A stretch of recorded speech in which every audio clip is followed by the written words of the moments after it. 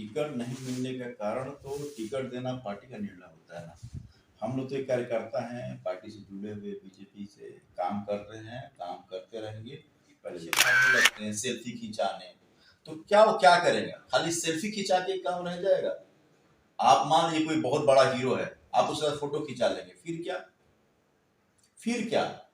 आपका परिवार बदलेगा उससे? कि बक्सर में मतलब कि लगातार ये तीसरी बार बाहरी प्रत्याशी को भाजपा उम्मीदवारी दे रही है। आखिर इसका क्या कारण है कि बक्सर स्थानीय को से मिथिलेश तिवारी जी जीत जाएंगे? हैं बक्सर के बहुचर्चित नेता, मतलब कि बक्सर से बहुत ही अच्छा समाज में अपना पैठ बनाने वाले डॉक्टर राजेश मिश्रा के पास, इनसे हमारी आगामी लोकसभा चुनाव को लेकर कुछ खास बातचीत होगी। सबसे पहले सर, हमारे चैनल में आपका स्वागत है। जी धन्यवाद और नमस्कार।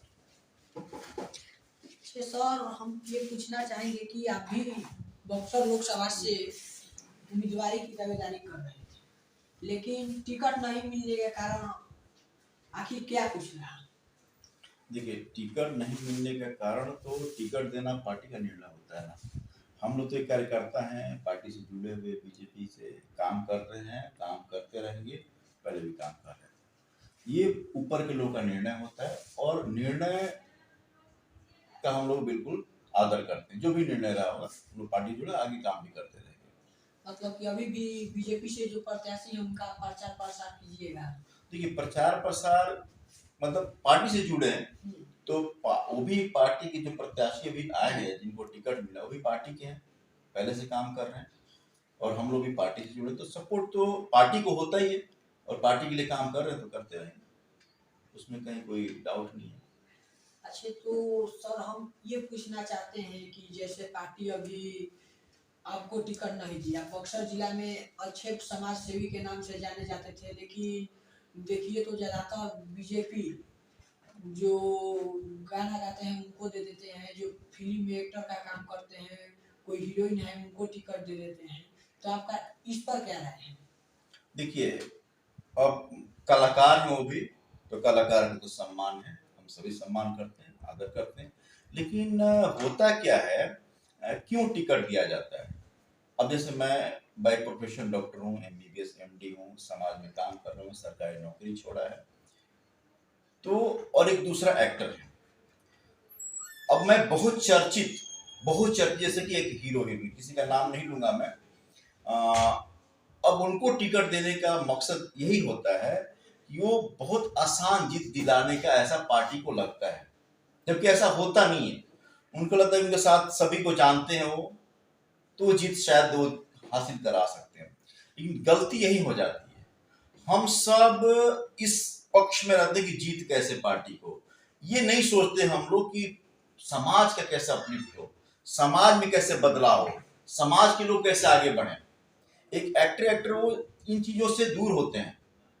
हमारे जैसे लोग जो समाज में लगातार काम कर रहे हैं, समाज से जुड़े हुए हैं, चिकित्सा व्यवस्था से जुड़े हैं, डेली मेरे पास 200-250 लोग आते हैं, मैं क्षेत्र में जाता हूं तो डेली मेरा कम से कम 600-700 लोगों से मिलना होता है, तो मैं उनकी दुखों को समझ पाता हूँ, उनकी समस्याओं को समझ पाता हूँ।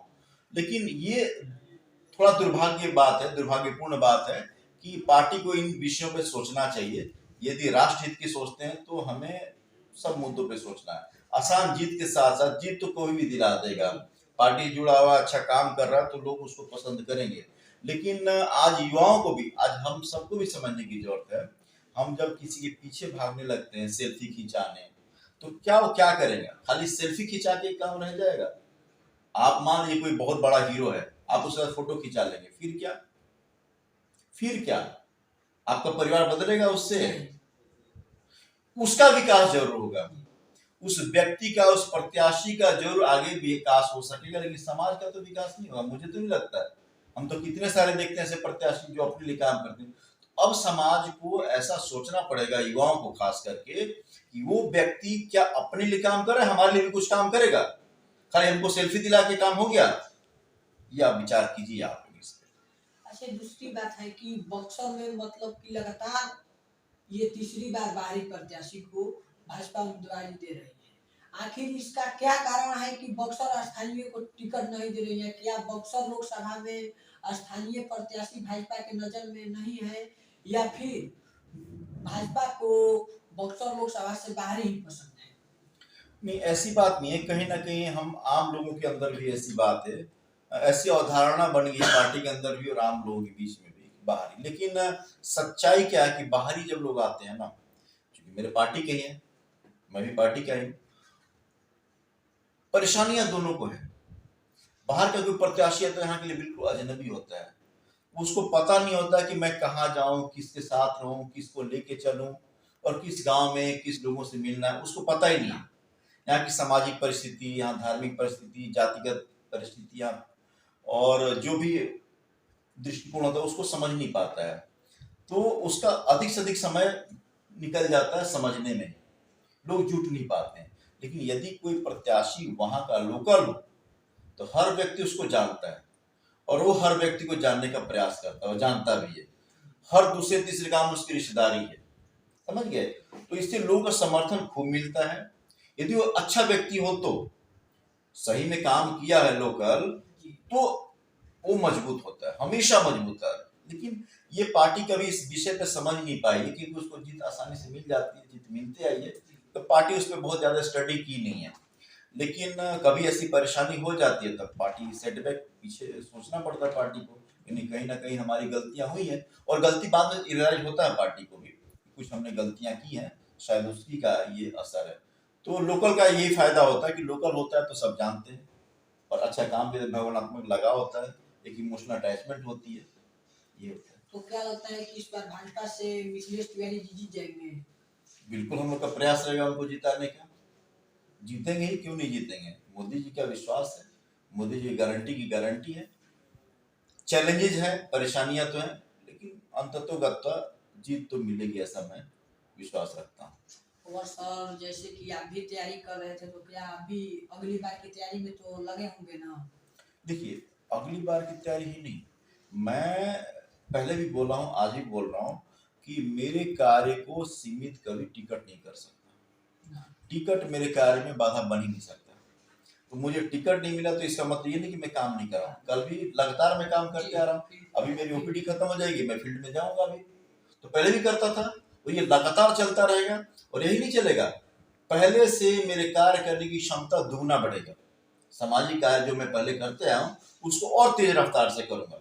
मैं तो काम करने के लिए भूखा हूँ भाई, मुझे पार्टी टिकट दे या नहीं दे, व्यक्तिगत तौर पे मैं काम करता रहूंगा। वो मुझे कभी इसमें रुकावट नहीं आएगी, बहुत तेजी से काम करूंगा।